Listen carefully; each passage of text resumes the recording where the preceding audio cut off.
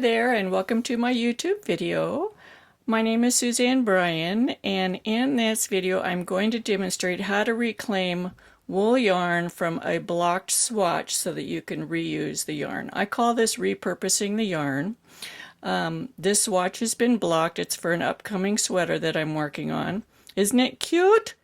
I love how the little blips are argyling. I am going to try to replicate that, but only knows whether it'll work or not. Sometimes it works, sometimes it doesn't.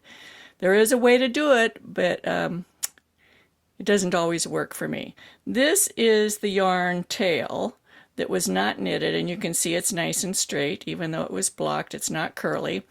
The yarn coming off the swatch that was blocked is very, very curly. You do not want to reknit with this. It will definitely affect your gauge. Ask me how I know. A sweater that I knitted for publication, I had to rip out part of it, and I was in a big hurry, and I was on vacation, and I didn't have time to repurpose it, and I went ahead and ripped that part out and reknitted with that yarn, and guess what?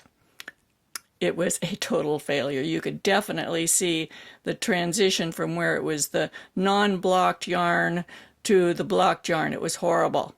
So anyway, I'm going to show you how to reclaim the yarn. You're going to need something to wrap your yarn around. Now this is a little project. This is just a cardboard pad of paper.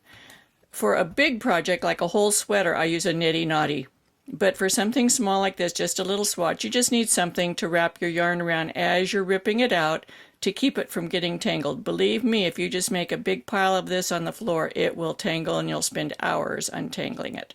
So I start out by just wrapping it around the cardboard. I start out by making a knot unintentionally. We'll skip that. Okay, so I just hold my thumb here, and I'm just going to, let me turn it around this way. I'm just going to wrap the yarn around the cardboard, and you'll see it coming out of the project. It'll start ripping out. You can do this with a friend. This is a good husband job. I have my husband just hold the tail. I have him hold this tail right here, and I just start reeling the yarn onto the cardboard or nitty knotty. I'm just using the amount of tension it takes to rip the yarn out of the swatch, and I'm just wrapping it around until it's all on here.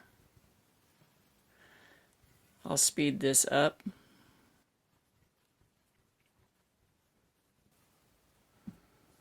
Okay. So here we are coming to the end of it now, and I have not put this on here super tight. It's just whatever it takes to pull the kinks out. Just pulling it out. So here we have it. I can get my fingers under here easily. So I'm going to set it down, and I'm going to use a couple of strands to tie. This is a different yarn so I can see the color change. Something smooth. You don't want it to tangle with your yarn. I'm just going to tie a loose knot. I don't want it to constrict the fibers, but I just don't want them to tangle. I'm going to turn it over and do the same thing on the other side. This is one of my to-do lists for my videos. You can get a sneak peek there if you look. And I'm going to put one up here.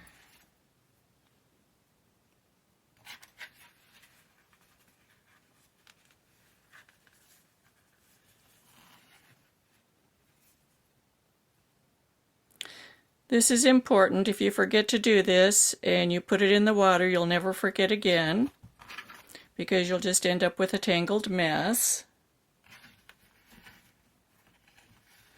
Okay, so now I've got it tied off. You don't necessarily need to do the figure 8 thing that you would on a big skein. This just keeps it from tangling. Okay, we're going to slide it off. So here we have, you can see why we needed to tie it off, because if you took this off, this just turns into a big tangled mess. It's very curly, very stretchy. This is one of the wonderful things about wool, is that it retracts to its original position.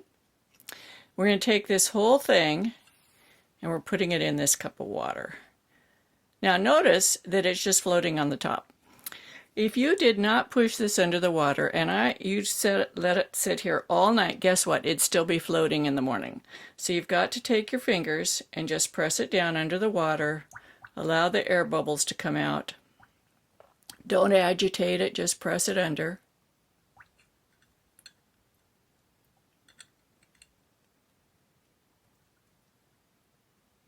And then we're going to let it sit here for 20 minutes.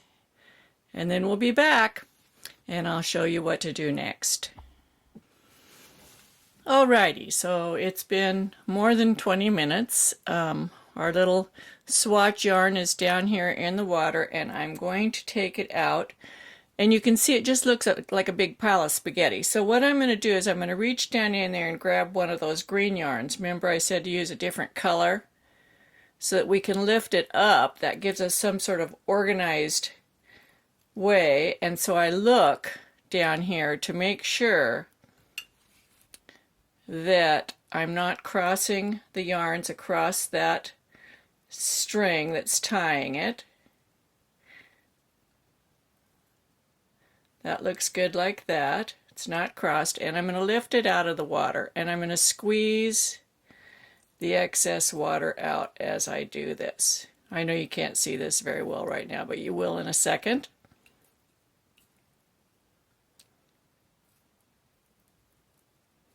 Okay, I'm going to move the water. So let's take a look at this. Here's our yarn. We've got it tied. It is wet. You can pull on it to try to get all the extra kinks out. At this point, what I would do is you can blot it if you want on a towel to dry it quicker, but I hang it. At this point I hang it. So let's say this is a coat hanger. I just hang it over the end of the coat hanger. I stick it in my shower and hang this over the shower head.